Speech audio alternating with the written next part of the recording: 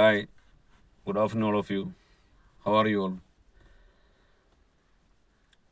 നമ്മളിപ്പോൾ എല്ലാവരും സോഷ്യൽ മീഡിയയിൽ കാണുന്നത് നെമ്മാറ ക്രൈമുമായിട്ട് ബന്ധപ്പെട്ട വീഡിയോസ്. നമ്മളെ പല സുഹൃത്തുക്കൾ അപ്ലോഡ് ചെയ്യുന്ന പുതിയ പുതിയ വീഡിയോസ്. നെമ്മാറ ക്രൈം 3 പേരെ കൊന്ന ചെന്താമരയെ പിടികൂടിയപ്പോൾ പോലീസ് സ്റ്റേഷനിൽ ചെന്താമരയ്ക്ക് ചിക്കൻ ബിരിയാണി വാങ്ങിക്കൊടുത്ത വീഡിയോസ്. അതുമായിട്ട് ബന്ധപ്പെട്ട നമ്മുടെ എല്ലാവരെയും ഇമോഷൻസാണ് നമ്മളെല്ലാവരും ആ വീഡിയോയിൽ കാണുന്നത്. അത് 100% നമ്മുടെ ഇമോഷൻസ് മാത്രമാണ്, നമ്മുടെ വേദന. അത് റിയാലിറ്റിയാണ്. നമ്മൾ പറയുന്നതും മറ്റു കാര്യങ്ങളെല്ലാം നമ്മുടെ മൈൻഡ് എന്താണോ ആഗ്രഹിക്കുന്നത് അതാണ് നമ്മൾ പറയുന്നത്. അതെല്ലാം കറക്റ്റ് തന്നെയാണ്. പക്ഷേ നമ്മളൊരു കാര്യം മനസ്സിലാക്കേണ്ടത്, നെമ്മാറ പോലീസ് മുമ്പ് ചെയ്തത്, അതായത് അവർ കംപ്ലൈൻറ്റ് കൊടുത്തപ്പോൾ 2 പെമ്മക്കൾ ഉൾപ്പെടെ നാട്ടുകാർ മൊത്തം, പുഷ്പമ്മ ഉൾപ്പെടെ എല്ലാവരും കംപ്ലൈൻറ്റ് കൊടുത്തപ്പോൾ അതിന് ആക്ഷൻ എടുത്തില്ല. അത് 100% അവരുടെ പോലീസിൻ്റെ ഭാഗത്തു നിന്നുള്ള വീഴ്ച തന്നെയാണ്. അതിന് യാതൊരു തർക്കമോ സംശയമോ ഒന്നും നമുക്ക് ആർക്കുമില്ല. അത് പോലീസിൻ്റെ മാത്രം വീഴ്ചയാണ്. തീർച്ചയായിട്ടും പോലീസിനെ അറസ്റ്റ് ചെയ്യാമായിരുന്നു. കാരണം കോടതി വ്യവസ്ഥകളോടുകൂടിയാണ് ജാമ്യം അനുവദിച്ചത്. നെമ്മാറ എന്ന് പറയുന്ന സ്ഥലത്തേക്ക് അവർ ഇന്ന ഏരിയ, ഇത്രയും പോലീസ് സ്റ്റേഷനുള്ള അത്രയും ഏരിയകളിലേക്ക് ഒന്നും തന്നെ പോകരുത് എന്നുള്ള വ്യവസ്ഥയോട് കൂടിയിട്ടാണ് ജാമ്യം അനുവദിച്ചത്. അത് തീർച്ചയായിട്ടും ഗുരുതരമായ വീഴ്ച തന്നെയാണ്. അത് ചെയ്തിരുന്നെങ്കിൽ ഇപ്പോൾ ഇതൊന്നും സംഭവിക്കില്ലായിരുന്നു, നമുക്ക് എല്ലാവർക്കും അറിയാം. പക്ഷേ ഇപ്പോൾ അങ്ങനെയല്ല, സംഭവം മാറി. ഒന്നുകൂടി റിയാലിറ്റിയിലേക്ക് വന്നു. അതായത് ക്രൈം നടന്നു കഴിഞ്ഞു. ജാമ്യം, ഇദ്ദേഹത്തിനെ അറസ്റ്റ് ചെയ്ത്, ഈ ചെന്താമര എന്ന് പറഞ്ഞ ആളെ അറസ്റ്റ് ചെയ്തില്ല.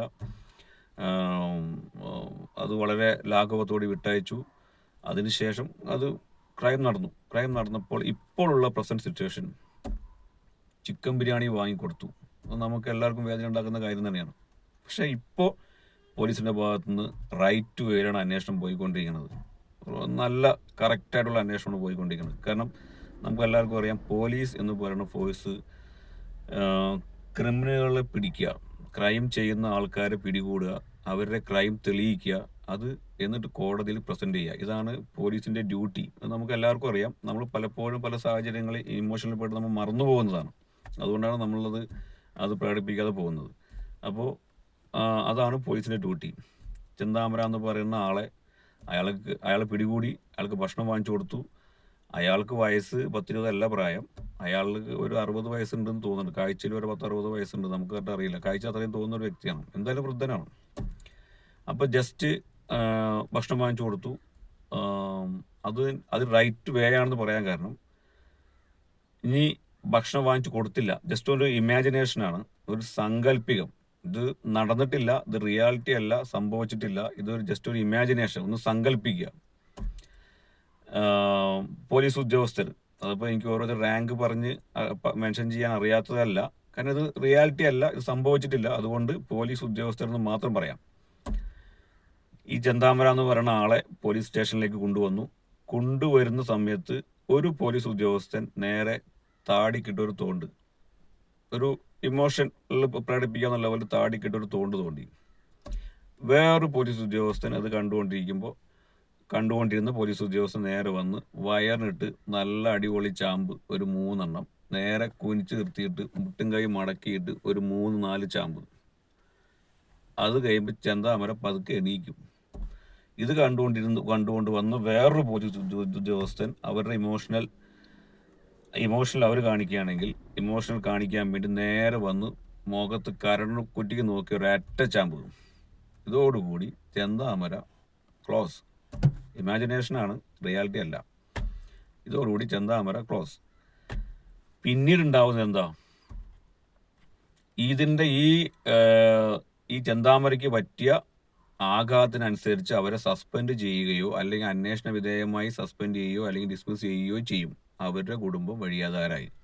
ഇതാണ് അവിടെ സംഭവിക്കാൻ പോണത്. അതവർ ചെയ്തിട്ടില്ല, അത് അവരുടെ യുക്തിയാണ്, അവരുടെ പക്വത, അവരുടെ മെച്യൂരിറ്റിയാണ് അവർ കാണിച്ചത്. ഇനി ഭക്ഷണം വാങ്ങിച്ചു കൊടുത്തുള്ളതാണ് നമ്മുടെയൊക്കെ പൊതുവേ ഉള്ള ഒരു ആക്ഷേപം.